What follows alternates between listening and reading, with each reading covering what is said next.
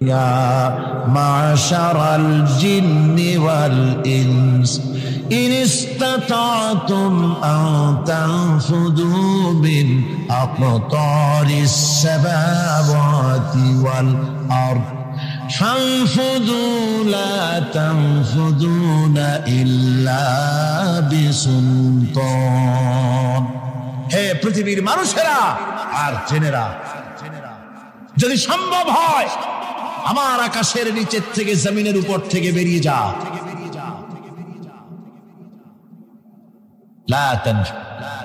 বেরিয়ে যেতে পারবে না। আমি আকাশ এবং জমিন থেকে যদি সম্ভব করতে পারো বেরিয়ে যা। আর যদি কোনো আকাশ থাকে তার নিচে যা, আর যদি কোনো জমিন থাকে তার উপরে যাও। এমন দেশ যদি পাও যেখানে আমার আলো ছাড়া কোনো আলো আছে, আমার বাতাস ছাড়া কোনো বাতাস আছে, আমার চাঁদ সূর্য ছাড়া কোনো চাঁদ সূর্য আছে, যাও সেখানে। আল্লাহ রাব্বুল আলামিন বলেন নাই এরকম যাওয়ার কোনো উপায় নাই।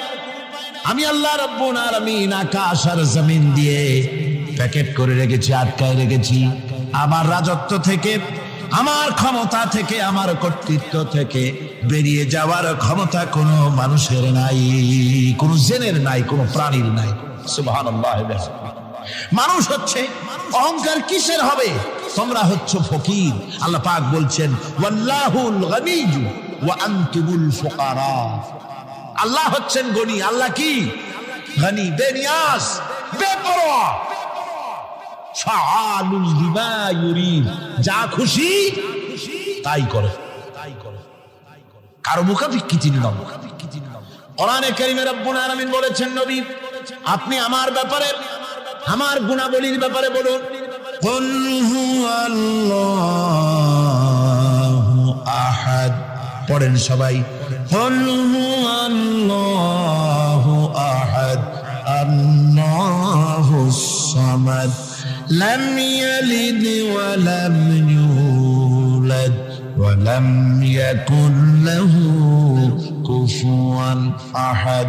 আল্লাহ পাক বলেন বান্দারে, ও আমার নবী আপনি বলুন আল্লাহ পাক এক এবং একক, তিনি নিরঙ্কুশ, তিনি বেনিয়াস, তিনি কারো মুখাপেক্ষী নন, তিনি কাউকে জন্ম দেন নাই, তাকেও কেউ জন্ম দেয়নি। আকাশ এবং জমিনে আল্লাহর সমকক্ষ কেউ নাই। তোমরা হচ্ছ ফকির আর আমি আল্লাহ হচ্ছে বেনিয়াস। লিল্লাহি মা ফিস সামাওয়াতি ওয়া মা ফিল আরদ, আকাশে যা আছে জমিনে যা আছে সব আল্লাহ, সব কার? আল্লাহ পাকের। সুতরাং কিসের অহংকার, কিসের মাতবাড়ি? মানুষ পেছনের কথা ভুলে যায়, মোটেই চিন্তা করে না। একটু আগে যারা ক্ষমতায় ছিল আজকে তারা ক্ষমতা হারা, আজকে যারা ক্ষমতায় এলো তারা আবার ক্ষমতা মস্তদে বসে দুনিয়ার সব বিপদ আপদ ভুলে যায়। কি করে আরো বেশি লুটপাট করা যায়, আরো বেশি মানুষকে শোষণ করা যায়, মানুষ এই চিন্তাই করে। অহংকারে, ক্ষমতার দর্পে ফেটে পড়ে, চিন্তা করে না পেছনের কথা। আল্লাহ রাব্বুল আলামিন বলেন যারা নাকি মুমিন বান্দাদের বিনয় এবং বিনম্রতা তাদের মধ্যে সৃষ্টি হয়ে যাবে, তার কারণ হলো আল্লাহ পাক বলেছেন ওয়ালা তামশি ফিল আরদি মারহান ইন্নাকা লান তাখরিকাল আরদা ওয়া লান তাবলুগাল জিবালা তুলা। ওয়ালা তামশি ফিল আরদি মারহান, আমার জমিনের উপরে অহংকার করে পা ফেলো না। তুমি কি পারবে অহংকার করে আমার জমিনটাকে ফাটাই দিতে? কি বলেন, পারা যাবে? অহংকার করে জমিনের উপরে লাথি মারেন জোরে, জমিন ফাটবে? ফাটবে না, আপনার পা ছিঁড়ে যাবে। আপনি কি পারবেন অহংকার করে পাহাড়ের উচ্চতা লাফ দিয়ে ছাড়াই যেতে পারবেন? তাও পারবেন। সুতরাং আল্লাহ পাকের উপরে ঈমান আনলে পরে তাদের মাথা এভাবে নত হয়ে যায়, অহংকার তাদের মধ্যে জায়গা পায় না। অহংকার কিসের? কিসের অহংকার তোমার? মানুষ তার জন্মের কথা, কোরআনে কারীম বলে মানুষ কি তার জন্মের কথা স্মরণ করে না? তোমার তো এমন অবস্থা ছিল দুনিয়ায় উল্লেখযোগ্য বিষয়বস্তু হিসাবে তুমি পরিগণিত ছিলে না। তুমি হচ্ছ তোমার জন্মের উৎস কথা হচ্ছে এক ফোঁটা নাপাক পানি, এমন নাপাক পানি যা শরীর থেকে নির্গত হলে পরে গোসল করা ওয়াজিব হয়ে যায়, এমন এক ফোঁটা নাপাক পানি যার জন্মের উৎস, তার আবার অহংকার কিসের? পৃথিবীতে অহংকার যারাই করলো আল্লাহ পাক তাদেরকে ভালো করে দেখায় দিলেন। নমরুদকে দেখায়ছেন, ফেরাউনকে দেখায়ছেন, যুগের ছোট ছোট নমরুদ ফেরাউন যেখানে যেখানে খুদে খুদে ফেরাউন হয়েছে আল্লাহ সকলকেই দেখিয়ে দিয়েছেন, দেন নাই? দেখিয়ে দিয়েছেন। সুতরাং মাথা নিচু করে চলতে হবে, বিদ্যার বড়াই করা চলবে না। কত লেখাপড়া করেছো তুমি? এমএ পাস করেছো, তাতে কি হয়েছে? সবে মাত্র বর্ণবোধ পড়েছো, জ্ঞানের রাজ্যে পা ঢুকিয়েছো, এখনো কিছু শেখনি। টাইটেল পাস করেছো তো কি হয়েছে? কদ্দুর শিখেছো? নিউটনের মতো মানুষ মৃত্যুর সময় বললেন, জ্ঞান সমুদ্রের বেলাভূমিতে দাঁড়িয়ে সামান্য বালু কণা নিয়ে নাড়াচাড়া করলাম, অথই সমুদ্রের কিছুই দেখতে পারলাম না।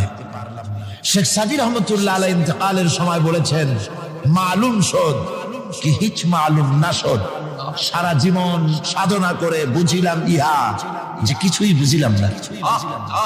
এগুলি হচ্ছে জ্ঞানীদের কথা। আর কোন রকম ইউনিভার্সিটির বারান্দা দিয়ে 3-4 দিন হাঁটছে, কয় যে সব বুঝি। কি বুঝছো? There is no God. স্রষ্টা বলতে কেউ নেই। পাগল কি আর গাছে ধরে মিয়া? সুতরাং বিদ্যার বড়াই চলবে না, স্বাস্থ্যের বড়াই চলবে না, অর্থের বড়াই চলবে না। অর্থের বড়াই করবে, কত অর্থ তোমার হয়েছে? আল্লাহ যদি ইচ্ছে করেন ব্রেনের মধ্যে, মগজের মধ্যে এমন টিউমার করে দিবেন, মগজের মধ্যে এমন ক্যান্সার করে দেবেন, হার্টের ভিতরে এমন ক্যান্সার লাগাই দিবেন, 14 গোষ্ঠী বিক্রি করলে ঔষধের পয়সা হবে না। পারবে কিনা আল্লাহ কন? জোরে বলবেন পারবেন কিনা? এমন বহুত অসুখ আছে ডাক্তাররা বোঝেই না ঔষধ দেবে কি। হযরত ইউনূস আলাইহিস সালাম মাছে তারে গিলে ফেলে দিল, হতাশায় তিনি হার্ট ফেল করেন নাই। মাছের পেটের মধ্যে যদি কেউ চলে যায়, বেরিয়ে যাওয়ার জন্য কোন ব্যাকডোর আছে নাকি? কন পালাবার কোন রাস্তা আছে? মাছের পেটের জানালা দরজা আছে কিছু? কিছুই নেই। তিনি হতাশ হলেন না, মাছের পেটের ভেতরে বসে হযরত ইউনূস আলাইহিস সালাম বুক ভরা আশা নিয়ে আল্লাহর দরবারে তিনি ঘোষণা করলেন, লা ইলাহা ইল্লা আনতা সুবহানাকা ইন্নী কুনতু মিনাজ জালিমিন। পড়েন না সবাই, লা ইলাহা ইল্লা আনতা সুবহানাকা ইন্নী কুনতু মিনাজ জালিমিন। হযরত ইউনূস আলাইহিস সালাম বললেন, আল্লাহ তুমি ছাড়া কোনো ইলাহ নাই, তোমার পবিত্রতা ঘোষণা করছি, আমি জালিমদের অন্তর্ভুক্ত হয়ে গেছি। তিনি যখন চিল্লাচ্ছিলেন, মাছির পেটের ভিতরে বসে যখন কাতরুক্তি করতেছিলেন, আল্লাহ বুঝি তখন শোনেন নাই সে কথা? কি বলেন? আল্লাহ বুঝি তখন তন্দ্রায় বা নিদ্রায় ছিলেন না? আল্লাহ পাক কি ঘুমান? তন্দ্রায় যান? লা তাখুযুহু সিনাতুন ওয়ালা নাওম। আল্লাহ রাব্বুল আলামিন বলেন, কোন তন্দ্রা বা নিদ্রা আল্লাহ রাব্বুল আলামিনকে স্পর্শ করে না। হযরত ইউনূস আলাইহিস সালাম যখন মাছের পেটের ভিতরে বসে চিৎকার মারলেন, আল্লাহ পাক বলেন, ইউনূস রে, তোমার ওই ডাক কেউ শোনে নাই, দুনিয়ার কোন রাজা বাদশাহ শোনে নাই, দুনিয়ার কোন বন্ধু বান্ধব তোমার শোনে নাই, কিন্তু আমি তোমার আরশের মালিক, আমি রব্বুল আলামিন শুনেছি। শুধু শুনি নাই, সঙ্গে সঙ্গে জবাব দিয়ে দিয়েছি। ফাস্তাজাবনা লাহু ওয়া নাজ্জাইনাহু মিনাল গাম্মি। পড়েন, ফাস্তাজাবনা লাহু ওয়া নাজ্জাইনাহু মিনাল গাম্মি ওয়া কাযালিকা নুজিল মুমিনিন। আল্লাহ পাক বলেন, আমি জবাব দিলাম। মাছের পেটের ভিতরে বেদনা শুরু হয়ে গেল। মাছ আর তলদেশে শুয়ে থাকতে পারলো না, সাঁতরাতে পারলো না, মাছ ভেসে উঠল উপরে। পেটের যন্ত্রণায় মাছ কিনারায় চলে এসে বমি করে দিতে পারলে যেন বাঁচি, এই অবস্থা মাছের হলো। কিনারায় চলে এলো, বমি করে ইউনূস আলাইহিস সালামকে ফেলে দিল। মাছও বাঁচলো, ইউনূস আলাইহিস সালামও বাঁচলো। আল্লাহ রাব্বুল আলামিন বলেন, মুমিনেরা শোনো, শুধু ইউনূসকে নয়, ওয়া কাযালিকা নুজিল মুমিনিন, এইভাবে করে মুমিন বান্দারা যদি আমাকে ডাকি, আমার কাছে যদি হাত ফায়লায়, আমি আল্লাহ রাব্বুল আলামিন মুমিনদের এভাবে বিপদ মুক্ত করে দেই। আল্লাহ পাক বিপদ মুক্ত করে দেন। ওয়া ইয়াত্তাকিল্লাহা ইয়াজআল লাহু মাখরাজা, আল্লাহকে যে ভয় করে আল্লাহ তার জন্য রাস্তা খুলে দেন। জোরে কোন সুবহানাল্লাহ। দেখেন ইউসুফ আলাইহিস সালাম, জুলাইখা তাকে আটকায় ফেলেছে ঘরের মধ্যে, তালা দেওয়া, খিল দেওয়া, সিটকানি মারা, পালাবার পথ নাই, চতুর্দিকে উলঙ্গ নগ্ন চিত্র। আর এই সুন্দরী যুবতী নারী জুলাইখা তার প্রেম নিবেদন করেছে হযরত ইউসুফের কাছে। যৌবনে ভরা টকবগে যৌবনের যুবক হযরত ইউসুফ আলাইহিস সালাম, সৌন্দর্যের পিরামিড, বাঁচার কোনো পথ নাই।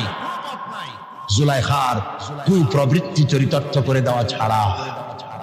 কিন্তু হযরতে ইউসুফ আলাইহিস সালাম আল্লাহ রাব্বুল আলামিনকে ডাকলেন, হতাশায় ভেঙে পড়লেন না, আল্লাহকে ভয় করলেন, আল্লাহকে ডাকলেন।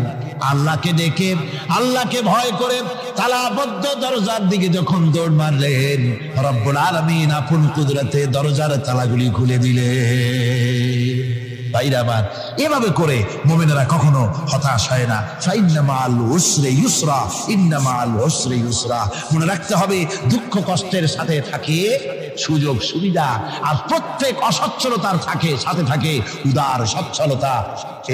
এর কোনো বিপরীত কখনই হয় না। আল্লাহ রাব্বুল আলামিন এইভাবে করে মুমিনদেরকে বলেছেন যেন তারা হতাশায় ভেঙে না পড়ে। আল্লাহ পাক বলেন, বান্দা যখন আমাকে ডাকে, আমি বান্দার একদম নিকটে, তার ঘাড়ের চাইতেও নিকটে। ওয়া নাহানু আকরাবু ইলাইহি মিন হাবলিল ওয়ারিদ, আমি আমার বান্দার সারা যে রগের উপরে তার মাথা, এর থেকেও আমি আমার বান্দার বেশি নিকটে। সুবহানাল্লাহ পড়ে। আমি তোমার কাছে, আমার কাছে মাপ চাও, যত বড় গুনাহ হোক।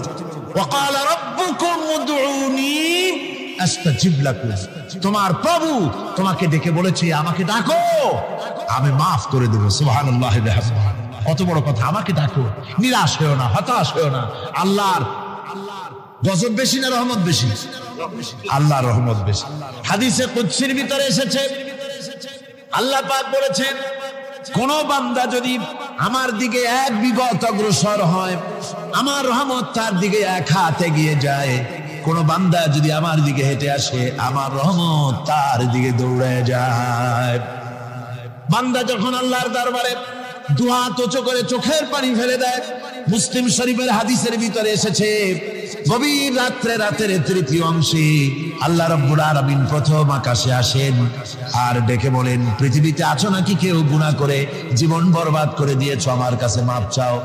ঋণগ্রস্ত আছো, অসুস্থ আছো, অপমানিত আছো, কে আছো মাজলুম, আমাকে ডাকো, আমার কাছে বলো, আমি ডাকে সাড়া দেব, জীবনের আশা পূরণ করে দেব।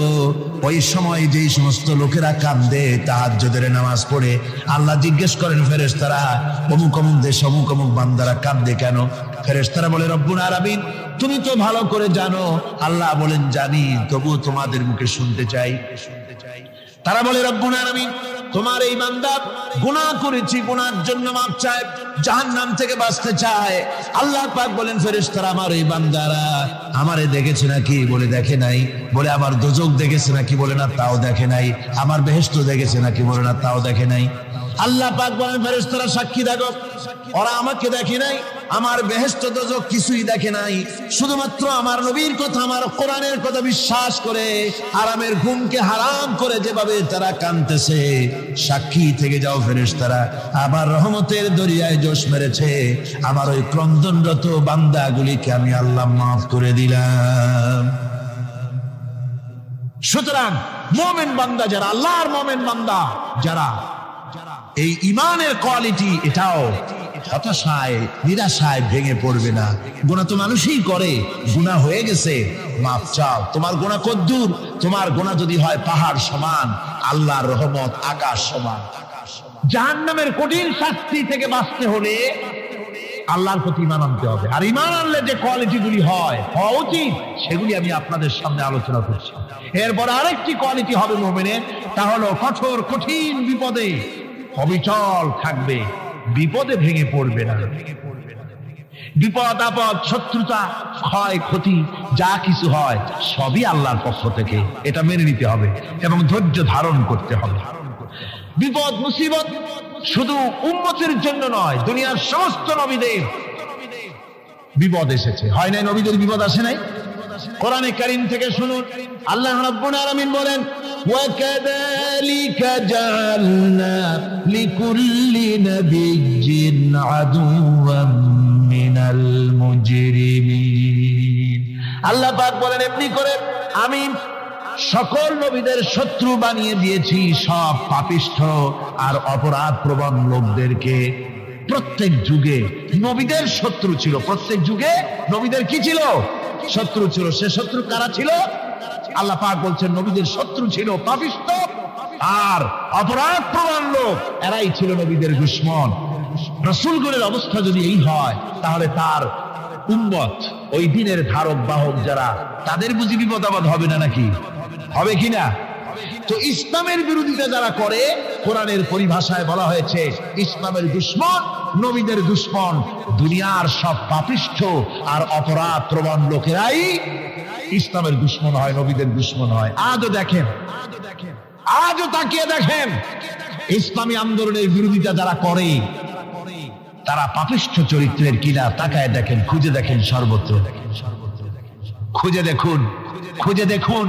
যারা ইসলামী আন্দোলনের বিরোধিতা করে, যারা ইসলামকে মিটিয়ে দেওয়ার চেষ্টা করতেছে, যারা ইসলামকে মৌলবাদ বলে, ইসলামকে সাম্প্রদায়িক বলে, কোরআনে কারীমের কথা কত স্পষ্ট যে নবীদের দুশমন হয়, ইসলামের দুশমন হয় মুজরিম লোকেরা, অপরাধ প্রবণ আর পাপিষ্ঠ লোকেরা। আজও আমরা দেখতে পাই এই শ্রেণীর লোকেরা পাপিষ্ঠ এবং সবচাইতে সমাজের নিকৃষ্ট ধরনের চরিত্রহীন লোক। আমাদেরকে সৃষ্টি করে অন্ধকারে ছেড়ে দেননি। কি বলেন? অন্ধকারে ছেড়ে দিয়েছেন। কেউ কেউ বলে যে না, আল্লাহ তাআলা কি রাস্তা করেছেন? আল্লাহ তাআলা রাস্তা তৈরি করেছেন, এটা আপনাদের বুঝতে হবে। পাহাড়িয়া এলাকায় আপনি যদি হারায় যান, সেখানে কোনো গভর্নমেন্ট রাস্তা করে নাই, কিন্তু আল্লাহ তাআলা গিরিপথ তৈরি করে রাখছেন। মরুভূমির মধ্যে যদি হারিয়ে যান, সেখানেও আপনি দিক নির্দেশনা পাবেন। সমুদ্রের ভিতরে যদি আপনি হারিয়ে যান, কোনো নাবিক যদি হারায়, দিনের বেলায় সেটা কম্পাস দিয়ে চললো, রাতের বেলায় তার চলার জন্য আকাশে আল্লাহ তারকা খচিত করে রেখেছেন, যাতে নাবিকরা হারিয়ে না যায়। যে আল্লাহ রাব্বুল আলামিন পাহাড়ি এলাকার ভিতরে মানব যেন হারিয়ে না যায়, এজন্য পাহাড়ের ভিতরে গিরিপথ তৈরি করলেন। মরুভূমির ভিতরে চলার জন্য দিকের নির্দেশনা দিলেন। সমুদ্রের ভিতরে নাবিক যাতে না হারায়, আকাশে তারকা আল্লাহ তাআলা খচিত করে রাখলেন। সেই আল্লাহ রাব্বুল আলামিন পৃথিবীতে মানুষ চলাফেরা করবে, মানুষ জন্মগ্রহণ করে মৃত্যু পর্যন্ত চলার জন্য তার অর্থনীতি প্রয়োজন, রাজনীতি প্রয়োজন, সমাজনীতি প্রয়োজন, তার শিক্ষানীতি প্রয়োজন। জীবনের এই নীতিমালার বাঁকে বাঁকে মোড়ে মোড়ে সে হারায় যাবে। আল্লাহ তাআলা এমনকি তার বান্দার প্রতি আচরণ করতে পারেন না। সেজন্য রব্বুল আলামিন বান্দা পৃথিবীতে যেন সঠিক পথে চলতে পারে, এজন্য তার জীবনের প্রত্যেকটি মোড়ে মোড়ে বাঁকে বাঁকে আল্লাহ তাআলা কোরআনের আলো, নূরের আলো আল্লাহ জ্বালিয়ে রেখেছেন। আল্লাহ তাআলা বলেন, قد جاءكم من الله نور وكتاب مبين قد جاءكم من الله نور। ও পৃথিবীর মানুষেরা শোনো, অবশ্যই আমি আল্লাহর পক্ষ থেকে তোমাদের জন্য এসেছে আলো, ও কিতাবুম মুবিন, আর দিয়েছি আমি একটা স্পষ্ট কিতাব, সুস্পষ্ট কিতাব। তোমাদের সৃষ্টি করে আমি অন্ধকারে ফালাই দেইনি, আমি একটা আলো দিছি। সেই আলোটা কি? সূর্য? সেটি কি চন্দ্র? না, সেটি চন্দ্র নয়, সেটি সূর্য নয়। সেই আলোটির নাম হলো মুহাম্মাদুর রাসূলুল্লাহ সাল্লাল্লাহু আলাইহি ওয়াসাল্লাম। জীবনের এমন কোন দিক এবং বিভাগ নাই যেখানে আল্লাহ তাআলা মুহাম্মদ সাল্লাল্লাহু আলাইহি সাল্লামকে আদর্শ বানান নাই। সুবহানাল্লাহ। আমি তার কথাই আজকে আপনাদেরকে বলবো ইনশাআল্লাহ। বলি ইনশাআল্লাহ। প্রিয় ভাই সব, এই পৃথিবীতে আল্লাহ রাব্বুল আলামিন সব থেকে দুর্বল করে সৃষ্টি করেছেন মানব গোষ্ঠীকে। মানুষেরা সব থেকে দুর্বল। আপনি বলবেন, বলতে পারেন যে কেমনি আমরা দুর্বল হইলাম, এত মারামারি করি তারপরেও দুর্বল? হ্যাঁ, তারপরেও দুর্বল। যেমন গরু, সে তার আত্মরক্ষার জন্য মাথায় 2টা শিং পাইছে, আমরা কেউ শিং পাইনি, আমরা দুটি করতে পারিনি, ঠিক না? কথা বল না। কুকুরে কামড়াইতে পারে, কুকুরের কাজ কুকুরে করেছে, কামড় দিয়েছে পায়, তাই বলে কি কুকুরে কামড়ারও মানুষের শোভা পায়? মানুষ কি কুত্তার গায়ে কামড় দিতে পারবে? ওই রকমের শক্তিশালী দাঁত মানুষের আল্লাহ দেন নাই। সাপেরে আল্লাহ তাআলা বিষধর দন্ত দিয়েছেন, বাঘেরে খাবার মধ্যে নখর দিয়েছেন, মূলার মতো মোটা মোটা দাঁত দিয়েছেন। এমনকি আত্মরক্ষার জন্য ভিমরুল বল রুল ফুটাবার মতো শক্তি আল্লাহ দিয়েছেন। এবার বলেন তো, আপনার কাছে আত্মরক্ষার কি আছে? আপনি তো বলতেই পারেন বীরত্বের সাথে, হ্যান করেঙ্গে ত্যান করেঙ্গে, লাঠি কি আমদার মুদুর করেঙ্গে, বলতে পারবেন, কিন্তু লাঠির মধ্যে মুদুর আপনি বলতে পারবেন না। মানুষের কাছে আত্মরক্ষার কোনো হাতিয়ার নাই। এই মাহফিলের মধ্যে যদি এখন একটা সাপ ঢোকে অথবা বড় জাতের কয়েকটা ব্যাঙ ঢোকে, লাগানো শুরু করবে এই মাথা দিয়া, লোক দৌড় আরম্ভ করবে। তারপর অন্তত সদরঘাট পর্যন্ত দৌড়ে গিয়ে জিজ্ঞেস করবে, ভাই আমরা দৌড়াই কেন? তো সামান্য ব্যাঙের সাথে পারি না, সামান্য সাপের সাথে পারি না, বললা ভেন্ডলের সাথেও পারি না। আত্মরক্ষামূলক হাতিয়ার আমাদের কাছে দেওয়া হয় নাই। এরপরে এমনকি আমরা চোখে ভালো করে দেখি না, চোখ দিয়েও আমরা দেখতে পাই না। আপনারা বলবেন, তাহলে আমরা কি ভেলকি দেখি? না, ভেলকি দেখেন না। আমাদেরকে দেখতে হলে আমরা আলোর সাহায্য দেখি, আলো না হলে আমরা দেখতেও পারি না। অমাবস্যার রাতে মানুষ নিজের শরীরও নিজে দেখতে পারেনি। এই যে অবস্থা, এই যে দুর্বলতা, এই দুর্বল মানুষকেই পৃথিবীর সকল সবল প্রাণীর চাইতে আল্লাহ তাআলা শ্রেষ্ঠ করেছেন। শ্রেষ্ঠ কে বলেন? কে? কিসের দিক থেকে শ্রেষ্ঠ? জ্ঞান। জ্ঞান দিয়ে আল্লাহ মানুষকে শ্রেষ্ঠ করেছেন। সুতরাং জ্ঞান দিয়ে আপনি সব চিনবেন, আর আলোর পথ চিনবেন না, তা তো হতে পারে না। এই জন্য আপনি সব যেমন চেনেন, আলোর দিশাও আপনাকে পাইতে হবে। আপনার নেতা Karl Marx, Lenin, Mao Zedong, Hegel, Darwin, Copernicus, Kepler, এরা আপনার নেতা হতে পারে না। আপনার আমার নেতা হবেন মুহাম্মদুর রাসূলুল্লাহ সাল্লাল্লাহু আলাইহি ওয়াসাল্লাম। আচ্ছা, ওনারা নেতা হবেন না কেন? সেটাও একটু ব্যাখ্যার দাবি রাখে। ওনারাও কিন্তু কষ্ট করেছেন। মার্কস, হেগেল, মাও সেতুং, এরা কষ্ট করেছেন, জেল খেটেছেন, বই লিখেছেন, মানবতার কল্যাণে এগুলি করেছেন। কিন্তু তাদের কথার কোনো মিল ছিল না। এক একজন এক এক ধরনের কথা বলেছেন, এবং তাদের কথা দিয়ে পৃথিবীর মানুষের জন্য কোনো স্থায়ী শান্তি প্রতিষ্ঠিত হয় নাই পৃথিবীর 1 ইঞ্চি জমিনের ওপারেও। এটা ঠিক কিনা? নবীদের কথায় আমাদের চলতে হবে, কারণ নবীদের কথার মধ্যে কোনো দরমিল হয় না। আদম আলাইহিস সালাম বলেছেন আল্লাহ এক, নূহ আলাইহিস সালাম বলেছেন বেশি হইতে পারে, নাউযুবিল্লাহ। ইব্রাহিম আলাইহিস সালাম বলেছেন আখিরাত আছে, আরেকজন নবী বলেছেন নাও থাকতে পারে। একজন নবী বলেছেন কবর আযাব হবে, আরেকজনে বলেন এটা একটা আমার চিন্তায় না থাকতেও পারে। এইরকম নবীদের কথার মধ্যে কোনো ব্যাসকম হয়েছে? বলেন হয়েছে? কেন হয় নাই? কারণ দার্শনিক, রাজনীতিবিদ, ওনাদের যে শ্রেণী, ওর থেকে নবীদের শ্রেণী সম্পূর্ণ স্বতন্ত্র, এবং 2 শ্রেণীর মাঝে গালফ অফ ডিফারেন্স। দার্শনিক এবং রাজনীতিবিদরা তারা কথা বলেন নিজস্ব মন মস্তিষ্ক প্রসূত জ্ঞান দিয়ে, আর নবীরা কথা বলেন আল্লাহর জ্ঞান দিয়ে। এই জন্য পৃথিবীতে যত নবী এসেছেন সমস্ত নবীদের স্লোগান ছিল একটা।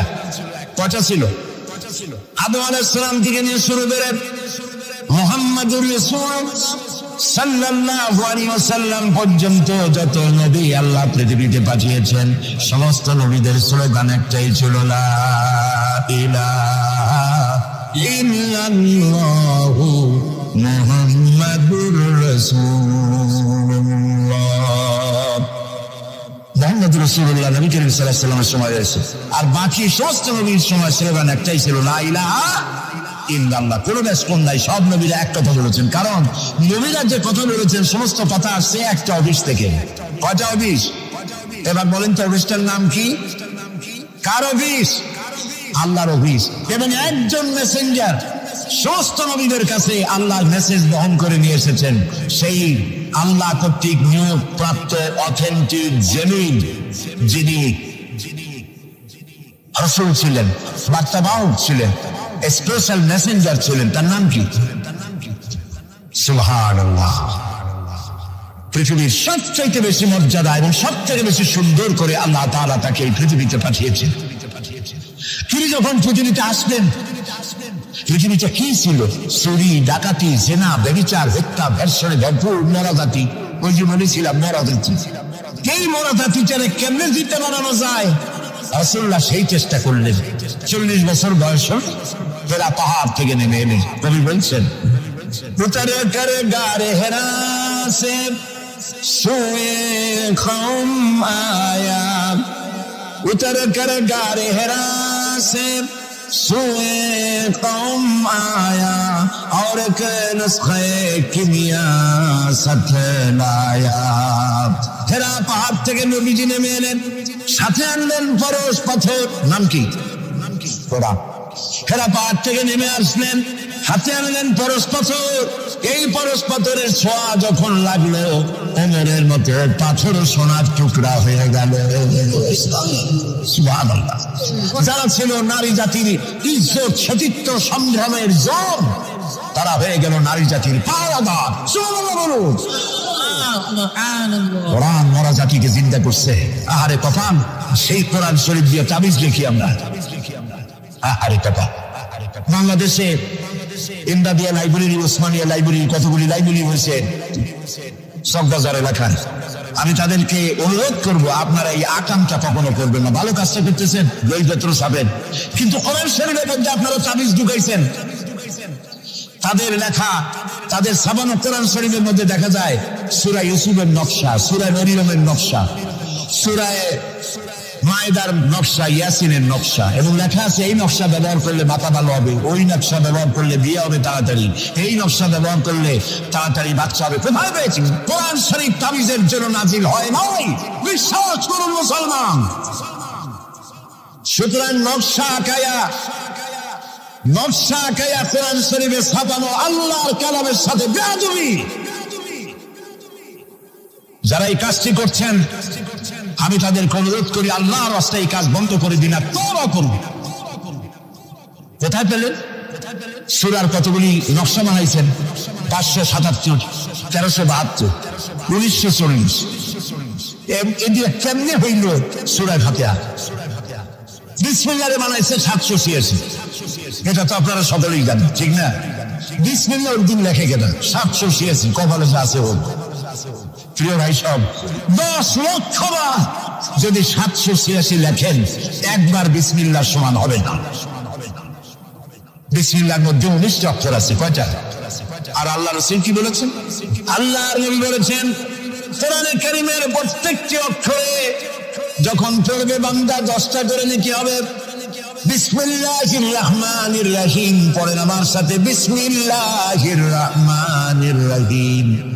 রাসূলুল্লাহর ওয়াদা অনুযায়ী আমার সাথে যখনই পড়লেন বিসমিল্লাহির রহমানির রহিম, একটা অক্ষরে 10, 19টায় 190টি নেকি আমাদের আমলনামায় লেখা হয়ে গেছে।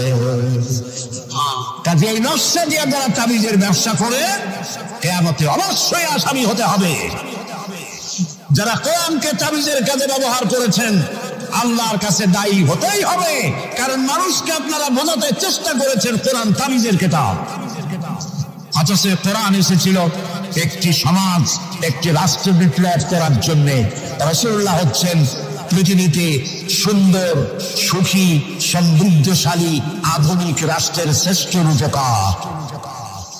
এবং এই কোরআন দিয়ে তিনি এমন এক রাষ্ট্র বিনির্মাণ করেছিলেন যেখানে চুরি ছিল না, ডাকাতি ছিল না, জেনা ছিল না, ব্যভিচার ছিল না, হত্যা ছিল না, ধর্ষণ ছিল না, সন্ত্রাস মুক্ত সমৃদ্ধি একটি সুখী সমাজ তৈরি করেছিলেন নবী করিম সাল্লাল্লাহু আলাইহি ওয়াসাল্লাম।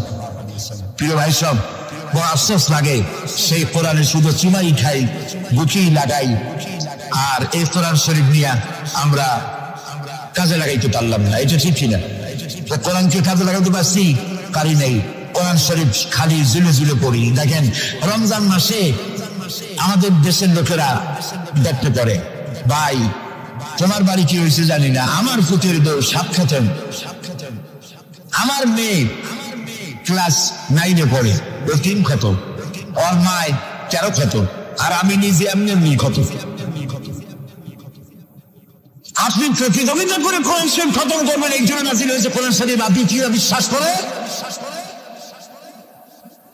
কোন সাহাবী সূরা বাকারা শেষ করতে সময় লেগেছে 2 বছর 3 বছর। কেন পড়তে পারতেন না? তিনি সময় লাগলো কেন? এই জন্য সময় লেগেছে। এক একটি আয়াত তারা তেলাওয়াত করেছেন, শুনতেছেন কথা? এক একটি আয়াত তেলাওয়াত করেছেন, অর্থ বুঝেছেন, ব্যাখ্যা বুঝেছেন, জীবনের উপরে আমল করেছেন, এরপর আরেকটা আয়াত পড়েছেন, বুঝেছেন, আমল করেছেন, তারপরে আরেকটা পড়েছেন। এইরকম করে করে কোরআন তেলাওয়াত করে জীবনের উপরে আমল করার পর সাহাবীরা যখন রাস্তা দিয়ে হাঁটতেন, মানুষেরা দেখতো যেন কোরআন হেঁটে যাচ্ছে। আরে আজ পৃথিবীতে আমরা মায়ের খাবো না কেন? আমি তো বলি বুশের মতো আরো 2-4টা বুশ আসা দরকার। মায়ের আমাদের খাওয়াই দরকার। দুনিয়ার সব জাতি চেনা যায়, মুসলমান চেনা যায় না। প্রিয় ভাই সব, নবী করিম সাল্লাল্লাহু আলাইহি ওয়াসাল্লাম এই পরস্পর নিয়ে আসলেন। ওমর আসতেন রাসূলকে হত্যা করতে। চিন্তা করেন, নবী হত্যা করতে আসে কত বড় জায়েল। সেই ওমর আর ওমর ছিলেন কি হইলেন বলেন? কি শোনা ডায়মন্ড হয়ে গেলেন। আল্লাহু আকবার বলেন। আমার রাসূল বললেন, আমার পরে লা নবিয়্যা বাদি ওয়ালা রাসূলা, আমার পরে নবীও হবে না, রাসূলও হবে না। কিন্তু আমার পরে যদি আল্লাহ কাউকে নবী বানাতেন, ওমর অবশ্যই নবী হয়ে যেতেন। আল্লাহু আকবার। প্রিয় ভাই সব, ওমর রে জাহালাত থেকে কয়লার খনি ছিল ওমর, সেখান থেকে ডায়মন্ড বানাই দিল আল্লাহ তাআলা। কি দিয়ে বানাইলেন? কোরআন। আমরা কিন্তু এর কাছেও যাইতে পারলাম না, খালি চুমা দিলাম আর তাবিজ বানাই গলায় চলাইলাম।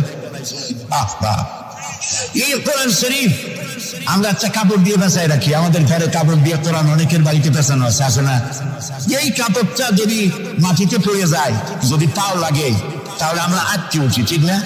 কাপড়টা উঠাই কি করি? চুমা দিই।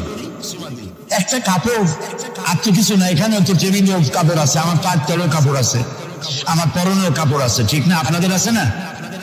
এগুলো পাও লাগবে তো আমি আটকে উঠি না। কোরআন শরীফের সাথে যে কাপড়টা ছিল ওটা পড়ে গেলে পাও লাগবে আটকে উঠি, এবং অপরাধ বোধের সৃষ্টি হয়, ঠিক কিনা? কেন হয়? কারণ এই কাপড়টা কোরআনের সাথে কিছুদিন জড়ানো ছিল। কয়েকটা দিন কোরআনের সাথে জড়িয়ে থাকার কারণে একটা কাপড়ের টুকরার ইজ্জত যদি বাড়ে, ইজ্জত যদি বেড়ে গেল, যাদের জন্য কোরআন নাজিল হইল ওদের ইজ্জত বাড়লো না। আমাদের ইজ্জত বাড়ছে। আমাদের ইজ্জত যদি বাড়বে, তাহলে ইরাকে বুশেরা আমাদের মারে কেন? আমাদের ইজ্জত যদি বাড়ে, তাহলে শ্যারন প্যালেস্টাইনে আমাদের মারে কেন? আমাদের ইজ্জত যদি বাড়ে, তাহলে কাশ্মীরে ভারতের কাফের সরকার আমাদের মারে কেন? আলজেরিয়ায়, বসনিয়ায়, চেচনিয়ায়, এরিত্রিয়ায়, সারা পৃথিবীতে আমরা মার খাচ্ছি। তাহলে কি এই কথা বুঝবো যে কোরআন থাকবে যে জাতির কাছে, কোরআনের কারণেই তারা মার খাবে? আল্লাহ কি বলে শুনি। আল্লাহ রাব্বুল আলামিন বলেন, তাহা মা আনজালনা আলাইকাল কুরআনা লিতাশকা। ও নবী, কোরআন আমি এই জন্য নাজিল করি নাই যে কোরআন আপনাকে ভাগ্যের বিপর্যস্ত করে দেবে, হতভাগ্য বানাই দেবে। কোরআন এই জন্য নাজিল করি নাই। কোরআন নাজিল করেছে এই জন্য কোরআনের ধারক বাহক যারা হবে তারা শাসিত হবে না, গোটা বিশ্বকে তারা শাসন করবে। এই জন্য এসেছিল কোরআন। কারণ কোরআন দিয়ে শাসন করলেই মানুষেরা নিরাপত্তা পাবে। নারীর অধিকার কে দিল? এই কোরআন দিয়েছে। শ্রমিকের অধিকার কে দিল? এই কোরআন দিয়েছে। কৃষক, মজুর, সাদা এবং কালো মানুষের ব্যবধান কে দূর করলো? এই কোরআন করেছে। সুবহানাল্লাহ। এই কোরআনের মধ্যে কি কি আছে? এর মধ্যে রাজনীতি আছে, অর্থনীতি আছে, সমাজনীতি আছে, দর্শন আছে, এর মধ্যে পররাষ্ট্রনীতি আছে, পররাষ্ট্রনীতি আছে। বিজ্ঞান আছে বলে এ কোরআন বিজ্ঞানের বই নয়। ইতিহাস আছে বলে এ কোরআন ইতিহাসের বই নয়। রাজনীতি আছে বলে এটা রাজনীতির কিতাব নয়। অর্থনীতি আছে বলে এটা অর্থনীতির কিতাব নয়। তাহলে প্রশ্ন হবে এটা কি? এটা হচ্ছে মানুষের জীবন পরিচালনার জন্য যত নীতি প্রয়োজন, সমস্ত নীতির মূল নীতি যে কিতাবে লেখা হয়েছে সেই কিতাবের নাম আল কোরআন। প্রিয় ভাই সব, নবী করিম সাল্লাল্লাহু আলাইহি ওয়াসাল্লাম কে আল্লাহ তাআলা এজন্য পাঠান নাই যে তিনি আর তার সাহাবীরা মসজিদে বসে বসে আল্লাহ আল্লাহ করবেন আর রাষ্ট্র চালাবে ফেরাউন আর নমরুদেরা, রাষ্ট্র চালাবে আবু জাহেলের গোষ্ঠীরা, ফাসিক, ফুজ্জার, নামাজ নাই, রোজা নাই, ঘুষখোর, মদখোর। এরা রাষ্ট্র চালাবে। এই জন্য ইসলাম আসে নাই। ইসলাম এসেছে রাষ্ট্র পরিচালনা করার অধিকার কোরআনে কার? আল্লাহ রাব্বুল আলামিন বলেন, আলা লাহুল খালকু ওয়াল আমর ইনিল হুকমু ইল্লা লিল্লাহ। সৃষ্টি যার, আইন চলবে তার। সৃষ্টি যার, আইন চলবে তার। আলা লাহুল খালকু ওয়াল আমর, সৃষ্টি যার, আইন তারই চলবে। কারণ এই কোরআনের তো কোনো পরিবর্তন নাই। এটি সংবিধান, এটি কনস্টিটিউশন। আমাদের একটা কনস্টিটিউশন আছে, আছে না? কবে তৈরি হয়েছিল? 72-তে। 1972 সালে বাংলাদেশের সংবিধান রচিত হয়েছিল। আজকে 2004। 1972 থেকে 2004 এ পর্যন্ত আমার দেশের কনস্টিটিউশন অ্যামেন্ডমেন্ট, সংযোজন, বিয়োজন, পরিবর্তন, পরিবর্ধন ইত্যাদি হয়েছে নাকি হয়নি? কয়বার হয়েছে? 13 বার হয়ে গেছে। 13 বার হয়েছে আর 14 বার হবে খুব শিগগির। তাহলে স্বাধীনতার 32 বছরের ভিতরে যদি সংবিধান 14 বার পরিবর্তন হয়, সংশোধন হয়, এই রেশিও অনুযায়ী 100 বছর যদি যায়, তাহলে কম্বলের লোম বাঁচলে থাকবে কিছু আর? এটাও একটি সংবিধান। এটার নাম কি? সংবিধান, মানবতার সংবিধান। এটি শুধু মুসলমানদের জন্য নয়। মুসলমান দাবি করতে পারবে না কোরআন একমাত্র আমার কিতাব না। আল্লাহ তাআলা শুরুতেই বলে দিয়েছেন, হুদাল লিন্নাস, হুদাল লিল মুত্তাকিন, হুদাল লিন্নাস, হাদা বায়ানুল লিন্নাস। পৃথিবীর সমস্ত মানব গোষ্ঠীর জন্য হেদায়েতের সর্বশেষ কিতাবের নাম কি? কোরআন শরীফ। প্রিয় ভাই সব, 1400 বছর বা 1500 বছর হয়ে গেছে কোরআনের বয়স। পরিবর্তন হয়েছে কয়বার? কয়বার হয়েছে? কিয়ামতের আগ পর্যন্ত আর কয়বার হবে? একবারও হবে না। কারণ এই কিতাব আসছে কার কাছ থেকে? আল্লাহর কাছ থেকে। তিনি নির্ভুল, তার কোনো ভুল নাই। আমার দেশের সংবিধান পরিবর্তন হয় কেন? এই জন্য হয় যারা সংবিধান রচনা করেছিলেন ওনাদের কাছে ভবিষ্যতের জ্ঞান ছিল না। অতীতের অভিজ্ঞতার ভিত্তিতে বর্তমানকে সামনে রেখে সংবিধান রচনা করেছেন। আর যখন নতুন নতুন সমস্যা সামনে আসছে, তখন অতীতের অভিজ্ঞতা শেষ, নতুন অভিজ্ঞতা দিয়ে আবার পরিবর্তন করা লেগেছে, ঠিক কিনা? আল্লাহর কাছে কাল কয়টা? একটা। সেই কালটার নাম কি? মাশাআল্লাহ, আপনাদেরকে 100 দিলাম। এইরকম কথা যারা মনে রাখতে পারে, এই সব শ্রোতাদেরই কথা বলে শোনায়া আনন্দ আছে। আল্লাহ যেন আমারও ফায়দা দেয়, আপনাদেরকেও দেন বলি আমি। তাহলে আল্লাহ রাব্বুল আলামিনের কাছে কাল হলো কয়টা? একটা। ওই কালটার নাম কি? বর্তমান। বর্তমানের উপরে ভিত্তি করে আল্লাহ তাআলা কোরআন তৈরি করেছেন, তাই এর কোনো অ্যামেন্ডমেন্টের প্রয়োজন হয় নাই, এবং পর্যন্ত হবে না। যদি শান্তি চাই, আমাদের দেশে এখন তো আগেও সন্ত্রাস ছিল, এখনো সন্ত্রাস আছে। সন্ত্রাস নির্মূল আমরা করতে পারবো না যতক্ষণ না এই কোরআনের শাসন প্রতিষ্ঠিত হচ্ছে, ততক্ষণ পর্যন্ত সন্ত্রাস নির্মূল করা যাবে না। এই ব্যাপারে আরো কথা সামনে বলবো, বলেন ইনশাআল্লাহ।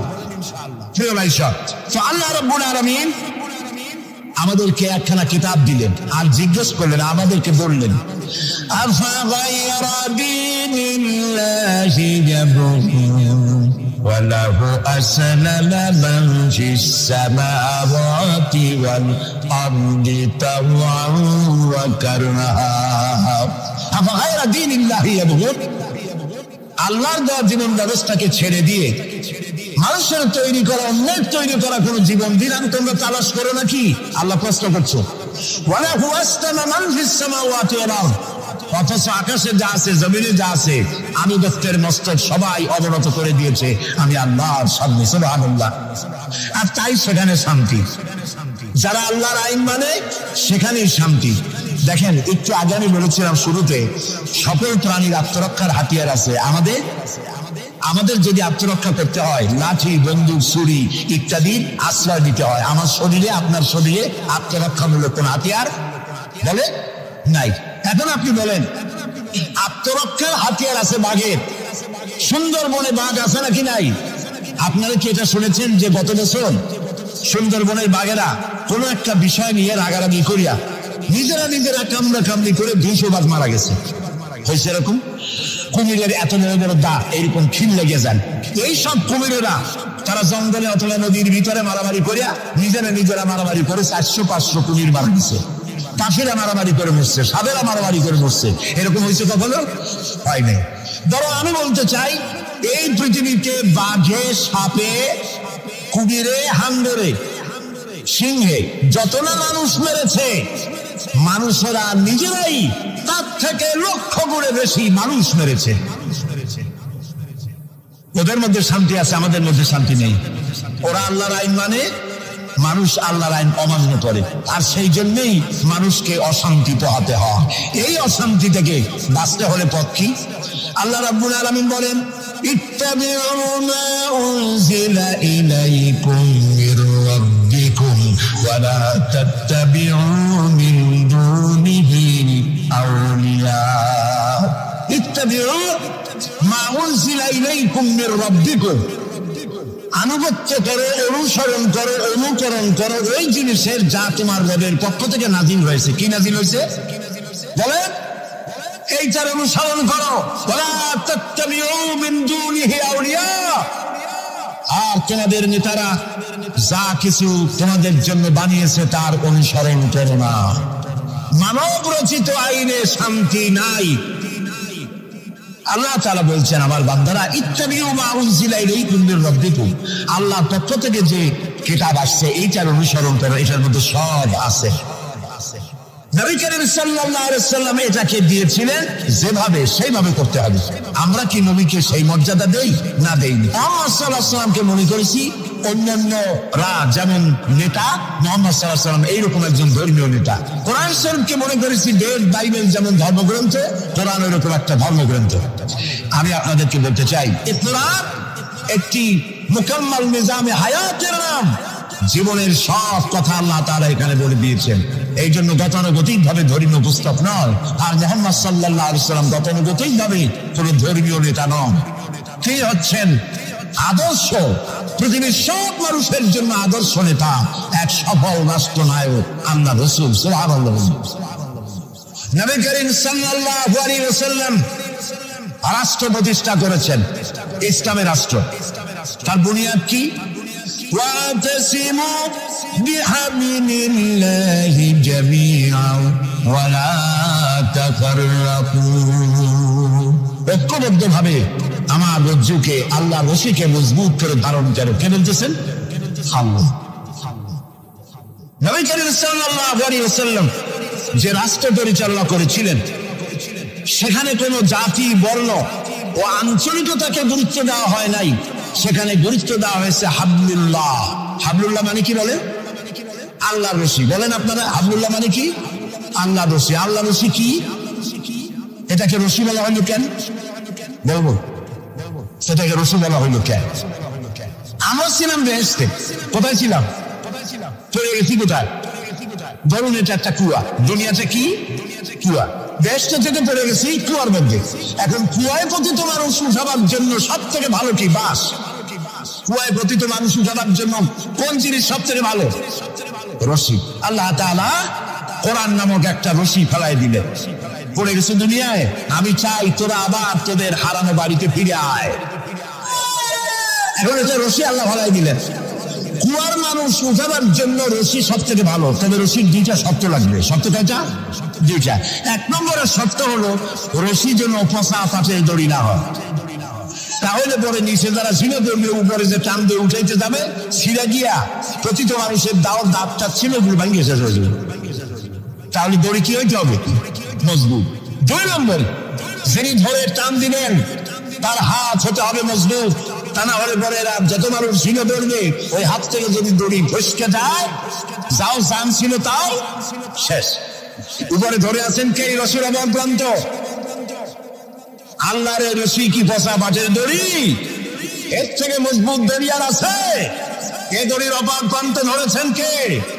গোটা পৃথিবীর সব মানুষ একত্রিত হয়ে এই রশি ধরো। আল্লাহ তাআলা বলেছেন অপর প্রান্ত ধরে হারানো বাড়ি জান্নাতে ফিরায় দেবেন। নবী করিম সাল্লাল্লাহু আলাইহি ওয়াসাল্লামের এটাই ছিল তার রাষ্ট্র প্রতিষ্ঠার মূলনীতি। কোরআন ধরো, কোরআন বোঝো। এই কোরআন দিয়ে তিনি একটি বিচার ব্যবস্থা চালু করলেন। কোরআন দিয়ে রাসূলুল্লাহ এখন প্রেসিডেন্ট। রাসূলুল্লাহ এখন কি? প্রেসিডেন্ট। দেখেন বিচার কেমন হচ্ছে। আল্লাহ রাব্বুল আলামিন কোরআনের আয়াত দিয়ে বিচার ব্যবস্থা কন্ট্রোল করে দিলেন। বিচারে কারো পক্ষপাতিত্ব করা যাবে না।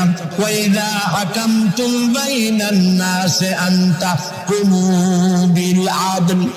আল্লাহ তাআলা বলেন তোমরা যখন লোকদের মাঝে বিচার করবে, সুষ্ঠু বিচার করবে, ভালো ফয়সালা করবে, সুবিচার করবে। আর বিজাতীয়দের ব্যাপারে, অমুসলিমদের ব্যাপারে বিচার করতে গিয়ে তাদের উপরে জুলুম করবে না। ওয়ালা ইয়াজরিমান্নাকুম শানাআনু কওমিন আলা আন তা'দিলু। বিচার করতে গিয়ে হিন্দু, খ্রিস্টান, বৌদ্ধ, মুসলমান না, এই চিন্তা করে অমুসলিমদের উপরে বিচার করবে না। বিচার করতে হবে, সে বিচার যদি মুসলমানদের গায়ে লাগে তাও লাগুক, বিচার হতে হবে সুবিচার। প্রিয় ভাই সব, এই বিচারের ভিতরে জেনাকারের শাস্তি আছে। জেনাকারের শাস্তি কি হবে? সব শাস্তি কি হবে? আল্লাহ তাআলা বলে দিলেন আস-সারিকু ওয়াস-সারিকাতু ফাকতাউ আইদিয়াহুমা। সর পুরুষ হোক আর নারী হোক, উভয়ের হাত কেটে দাও। এই আইনটা কার? বলে আল্লাহ তাআলার আইন। এই আইনকে কিছু কিছু লোক বলে এইটা নাকি বর্বর আইন, বলেন নাউযুবিল্লাহ। আল্লাহর আইনকে যদি কেউ বর্বর আইন বলে তার ঈমান থাকে? আর ঈমান তো নাই, থাকবে কি? আল্লাহ বলছেন হাত কেটে দাও। এখন যারা এটার বিরুদ্ধে তারা বলে কি জানেন? ওদের তো বলা হয় বুদ্ধিজীবী। কি জীবী? বুদ্ধিজীবী। আর বুদ্ধির ছেলায় যত বুদ্ধিজীবী আছে বাংলাদেশে দেখবেন মাথায় কারো চুল নাই। বুদ্ধির জ্বালায় চুল চুল সব শেষ। চতুর্দিকে কিছু আছে স্টেডিয়ামের মতো, চতুর্দিকে দর্শক মাস্টারে খান। এরা বলে কি? এরা বলে চোরের হাত কাটা আইন বর্বর আইন। হাত কাটলে কত গরিব মানুষ চুরি করছে, হাতটা কাটলে ওর ছেলে মেয়ে না খাই মরবে, সবাই হবে ভিক্ষু। এটা টাইম হলো? ওই বেচারা জানে না চোরের হাত কাটা আইন রাসূলুল্লাহর মুক্তি জিন্দেগিতে নাজিল হয় নাই। এই আইন নাজিল হয়েছে রাসূলুল্লাহ যখন মদিনায় প্রেসিডেন্ট। খাওয়া, পড়া, শিক্ষা, চিকিৎসা, বাসস্থানের গ্যারান্টি দেওয়া হয়ে গেছে। কারো খাবারের অভাব নাই, পড়ার অভাব নাই। এই সময় আয়াত নাজিল হলো। এখন কেউ যদি চুরি করে তাহলে বোঝা যাবে এটা তার পেশা অথবা নেশা। পেটের জ্বালায় তো চুরি করেনি। কাজে এখন যদি কেউ চুরি করে হাত কেটে দাও। হযরত ওমর রাদিয়াল্লাহু তাআলা আনহু বলেছেন তার জামানায় একবার দুর্ভিক্ষ হয়েছিল মদিনায়। তিনি বলেছিলেন এখন যদি কোন চোর ধরা পড়ে এই অবস্থায় যে পেটের জ্বালায় চুরি করছে, এটা যদি প্রমাণিত হয় তাহলে হাত কাটা আইন চালু করবা না। তার মানে ইসলাম আগে দেয় পেটে, তারপরে দেয় পিঠে। এই জন্য ইসলামের সরকার তার কাজই হলো জাতির উপরে, দেশবাসীর উপরে ইনসাফ করা, তাদের প্রয়োজন মিটিয়ে দেওয়া। এটা হচ্ছে তাদের দায়িত্ব। সেই দায়িত্ব করে ইসলাম। এবার দেখেন নরহত্যার শাস্তি। এই যে সমানে খুন হইতেছে বিভিন্ন জায়গায়, শাস্তি হয় না, সেই জন্য খুন বাড়তে থাকে। বিচারের কিছু মাইল প্যাচ আছে, সেই মাইল প্যাচে চোরগুলা, ডাকাতগুলা, সন্ত্রাসীগুলো পাল্টাইয়া যায়। পুলিশেরা জীবন প্রাণান্ত করে এক একটা আসামি ধরে, প্রাণান্ত করে আসামি ধরে, তারপরে হাইকোর্ট থেকে জামিন পেয়ে যায়। যারে ধরলো জামিন পেয়ে গেল। এখন তো সে পুলিশের নাকের জগায় আঙ্গুল দিয়ে দেখা যায়, পাল্লা নামার আর কেটে, ঠিক না? ইসলামের বিধান ভিন্ন। হত্যা করেছে, ইয়া আইয়ুহাল্লাযীনা আমানু কুতিবা আলাইকুমুল কিসাসু ফিল কাতলা, তোমাদের প্রতি নরহত্যার শাস্তি স্বরূপ কিসাস নির্দিষ্ট করা হয়েছে, অর্থাৎ হত্যার বদলে হত্যা। যে হত্যা করেছে প্রমাণিত হয়েছে, অলিভিয়া সতর্কতার মাঝে রেডিওর সমস্ত চ্যানেলগুলিকে দাওয়াত দাও, পত্রিকার সাংবাদিকদের দাওয়াত দাও, লোকেরা দেখুক, সকলের সামনে ওকে হত্যা করা হোক। জিনার শাস্তি আযানি ওয়াযানিয়াতু, আযানিয়াতু ওয়াযানি ফাজলিদু কুল্লা ওয়াহিদিন মিনহুমা মিআতা জালদা। জিনাকার পুরুষ, জিনাকারিনী মহিলা 100 দৌড়া মারো, যদি অবিবাহিতা হয়, আর বিবাহিতা হয়ে প্রাণদণ্ড দাও। একজন ধর্ষক যে নারী ধর্ষণ করেছে, ধর্ষণ হচ্ছে না, বিচার নাই।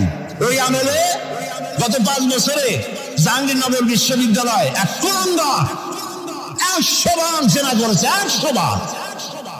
তারপরে ককটেল পার্টি করেছে। যখন পত্র পত্রিকায় সমালোচনা ঝড় উঠল, তখন সেই সময়ের নেতৃবৃন্দরা এর একটা বিচারও করছিল। সেই বিচার হলো ওই কুলাঙ্গার তাদেরই সোনার ছেলে, তারা ডাইকা মাথায় হাত বুলাইলো, এই দুষ্ট ছেলে, এরকম করতে নাই। এই হলো বিচার। ইসলামের বিচারটা কি? ইসলামের বিচার হয়েছে ধর্ষক প্রমাণিত হয়েছে, নিয়ে সময় দামে চতুর্দিকে লোকেরা পাথর নিয়ে দাও, পাথর মেরে ওর গায়ের গোস্ত, হাড্ডি, চর্বি, চামড়া, রক্ত বাতাসের সাথে উড়ে দাও। এই দৃশ্য যারা দেখবে উপস্থিত থেকে, রেডিও এবং টেলিভিশনের মাধ্যমে যারা দেখবে, চিন্তা করেন এরপরে যদি ধর্ষণ এই নামটা যদি মাথায় আসে, 15 জগ পানি খাওয়া লাগবে বর্ষণে, ঠিক কিনা বলে? এই বিচারটা কার? সিলামের। নবী করিম সাল্লাল্লাহু আলাইহি ওয়াসাল্লাম পৃথিবীর সফল শ্রেষ্ঠ রাষ্ট্রনায়ক, কোরআনের এই বিচার পদ্ধতি দিয়ে একটি সুন্দর সমাজ বিনির্মাণ করেছিলেন, যেখানে চুরি নাই, ডাকাতি নাই, জেনা নাই, হত্যা নাই, ধর্ষণ নাই, সব বন্ধ। প্রিয় ভাই সব, আল্লাহর কথা, রাসূলের কথা, ইতিহাসের কথা বলছি, আলহামদুলিল্লাহ বলে। নবী করিম সাল্লাল্লাহু আলাইহি ওয়াসাল্লাম ইন্তেকাল করলেন, এরপরে ক্ষমতায় এলেন হযরত আবু বকর, প্রধান বিচারপতি হলেন হযরত ওমর। ইতিহাস লিখছে, ফামাকাতা আমান কামিলান আলাম ইয়াসতাসিম ইলাইহি ইসনান, 1 বছর পার হয়ে গেল, হযরত ওমরের বিচারালয় একটা লোক বিচার চাইতে আসে নাই। আছে পৃথিবীতে কোন ইতিহাস এরকম যে 1 বছরে কোর্টে মামলা হয় না? বলেন আপনারা, আছে? হযরত ওমর রাদিয়াল্লাহু তাআলা আনহু হযরত আবু বকরের কাছে গিয়ে বললেন, মা হাজাতা বি ইনদা কওমিল মুমিনিনা ইয়া খলিফাত রাসূলিল্লাহ, হে আল্লাহর রাসূলের খলিফা, এই দেশে একটা বিচারকের দরকার কি? তিনি জিজ্ঞেস করলেন, লিমাযা? কই যে আমি তো 1 বছর থাকলাম, খালি বসে বসে কাঠখড়ি গুনলাম, কেউ বিচার চাইতে আসলো না। হযরত আবু বকর জিজ্ঞেস করলেন, তোমার কাছে যে কেউ বিচার চাইতে আসলো না, তার কারণ কি? তিনি বললেন, দীনুহুমুন নাসিহা, এই জাতির দিন হচ্ছে নাসিহা করা, পরস্পরের কল্যাণ কামনা করা। ওয়া মানহাজুহুল কোরআন, আর তাদের সংবিধান হচ্ছে কোরআন।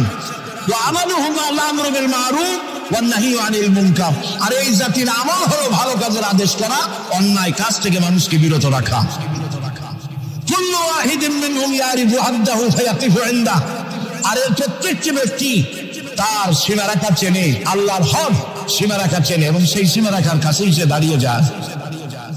সুতরাং এই যখন এই জাতির অবস্থা, হাফিমা হুম ইয়াখতাসিমুনা ইলাইয়া ইয়া খলিফাত রাসূলুল্লাহ সাল্লাল্লাহু আলাইহি ওয়াসাল্লাম, এই যখন জাতির অবস্থা, সেই জাতি মামলা করতে আসবে কেন? সুবহানাল্লাহ। মামলা নাই, মোকদ্দমা নাই, এমন একটি সমাজ নবী করিম সাল্লাল্লাহু আলাইহি ওয়াসাল্লাম তৈরি করেছেন।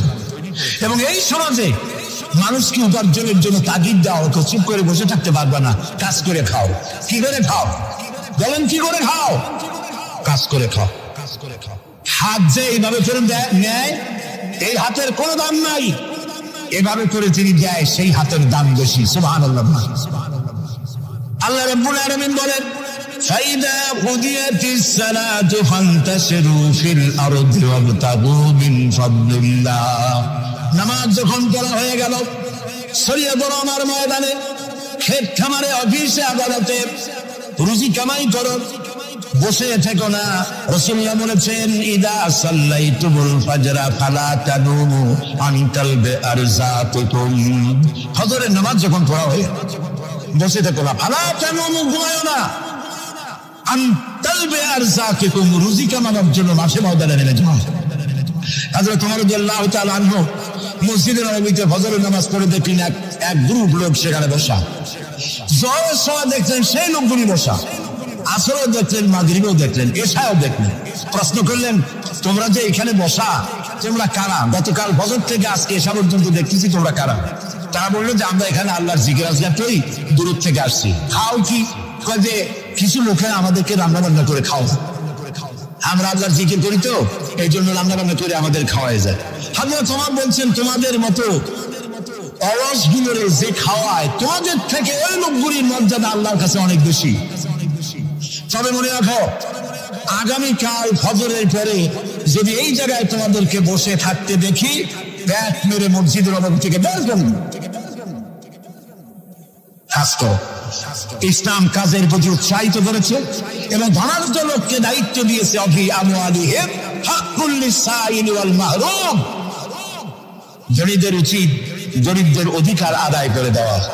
তাই লা ইয়াকুনা দুলাতুন বাইনাল আগনিয়া মিনকুম, যাতে করে তোমাদের সম্পদগুলি গুটিগত পুরুষের ভিতরে যেন পঞ্জীবিত হয়ে না থাকে।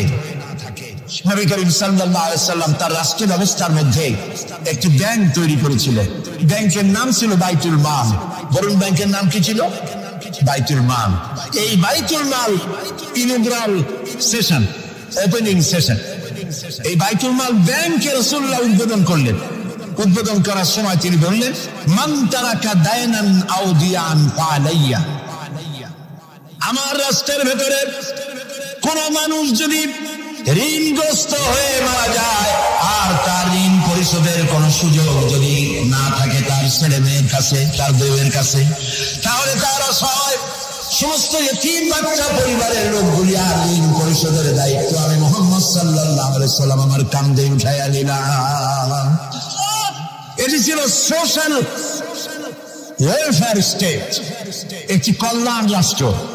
এই পৃথিবীতে কল্যাণ রাষ্ট্রের কনসেপশন সর্বপ্রথম যিনি দিয়েছেন, আধুনিক রাষ্ট্র প্রতিষ্ঠান রূপকার বিশ্বনবী মুহাম্মদ রাসূলুল্লাহ সাল্লাল্লাহু আলাইহি ওয়াসাল্লাম।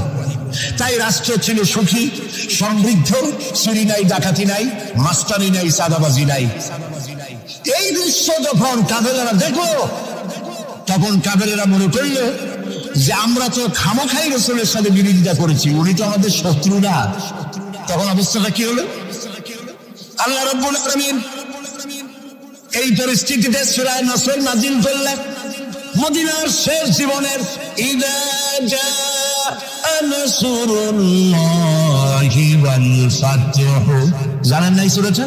পড়েন, ইযা জাআ নাসরুল্লাহি ওয়াল ফাতহু ورأيت الناس يدخلون في دين الله أفواجا فسبح بحمد ربك واستغفر إنه كان توابا।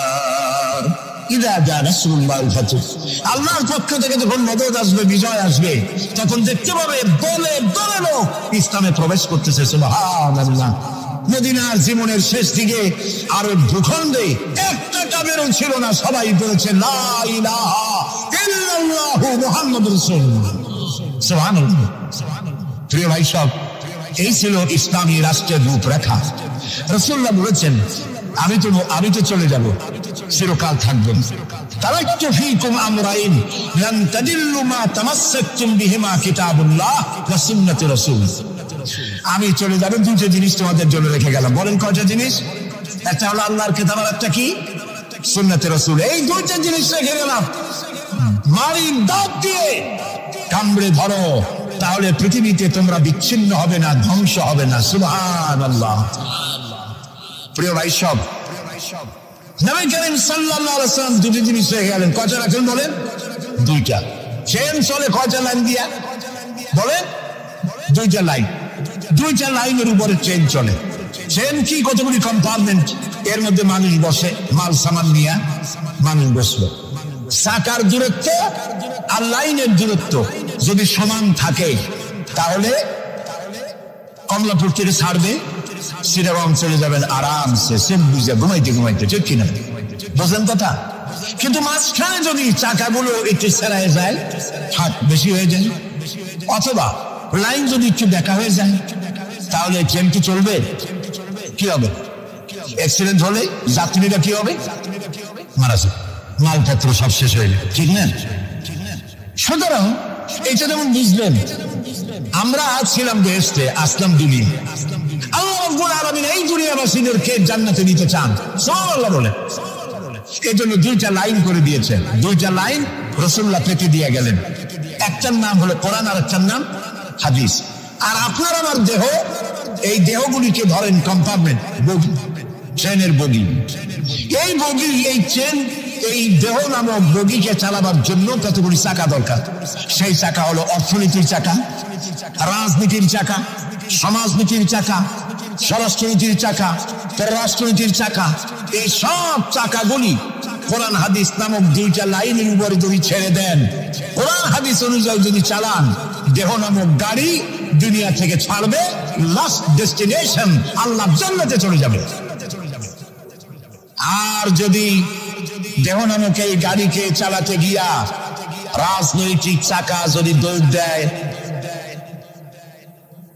ইংল্যান্ডের দিকে, সংস্কৃতির চাকা যদি দৌড় দেয় ভারতের দিকে, গণতন্ত্রের চাকা যদি দৌড় দেয় আমেরিকার দিকে, তাহলে দেহ নামক গাড়ির কি হবে? অ্যাক্সিডেন্ট অবধারিত। কথাটা কি বুঝে আপনার? ঠিক না? সহজ। সুতরাং আসুন, কোরআনের, আল্লাহ রাসূলের বলা ওই কোরআন আর ওই হাদিস, এই দুইটা নিয়ে আমাদের জীবনকে পরিচালিত করতে চেষ্টা করি। এবং এই চেষ্টা ফলবতী হতে পারে পার্লামেন্টে। হাজার বছর ওয়াজ করে যা করতে না পারবেন, পার্লামেন্টে যদি কোরআনের পক্ষের লোকেরা মেজরিটি হয়, তাহলে হাজার বছর ওয়াজের তুলনায় একটা বিল পাস করলে অতি তাড়াতাড়িটা হয়ে যায়। এই জন্য জনগণকে সেভাবে তৈরি হতে হবে, প্রস্তুতি নিতে হবে এবং বুঝতে হবে কোরআনের আইন ছাড়া সন্ত্রাস, দুর্নীতি নির্মূল হবে না, হবে না, হবে না। ربنا ظلمنا أنفسنا وإن لم تغفر لنا وترحمنا لنكونن من الخاسرين ربنا لا تزغ قلوبنا بعد إذ هديتنا وهب لنا من لدنك رحمة إنك أنت الوهاب أي الله تعالى হাজার হাজার মুসলমান নরনারী ঠান্ডাকে উপেক্ষা করে তোমার দ্বীনের কথা শোনার জন্য, কোরআনে কারীমের কথা শোনার জন্য এই মাঠে এসে হাজির হয়েছে। আল্লাহ তুমি দয়া করে মেহেরবানি করে আলোচনার সওয়াবটুকু হুজুরে পুরনূর সাল্লাল্লাহু আলাইহি সাল্লামের রূহ মুবারকে পৌঁছে দাও। রব্বুল আলামিন, আমাদের মধ্য থেকে যাদের মা বাপ দুনিয়া থেকে জনমের মতো বিদায় হয়ে গেছে, আল্লাহ কবরে যদি আযাব থাকে দয়া করে আযাব মাফ করে দাও। আল্লাহ আমাদের মা বাপের উপরে তোমার রহমত নাজিল করো। রব্বিরহামহুমা কামা রাব্বায়ানি সগীরা, রব্বিরহামহুমা কামা রাব্বায়ানি সগীরা। হে আল্লাহ রাব্বুল আলামিন, এই মাহফিলে যত লোক আছি আমরা, কার কোন ব্যাধি আছে, রোগ আছে, আমরা তুমি ভালো করে জানো। আমাদের প্রত্যেকের ব্যাধিকে তুমি শিফায়ে আজলা দান করে দাও। اللهم حبب إلينا الإيمان وزينه في قلوبنا وكره إلينا الكفر والفسوق والعصيان واجعلنا من الراشدين ربنا تقبل منا إنك أنت السميع العليم وتب علينا إنك أنت التواب الرحيم سبحان ربك رب العزة عما يصفون وسلام على المرسلين الحمد لله رب العالمين واجعل آخر كلمتنا عند الموت لا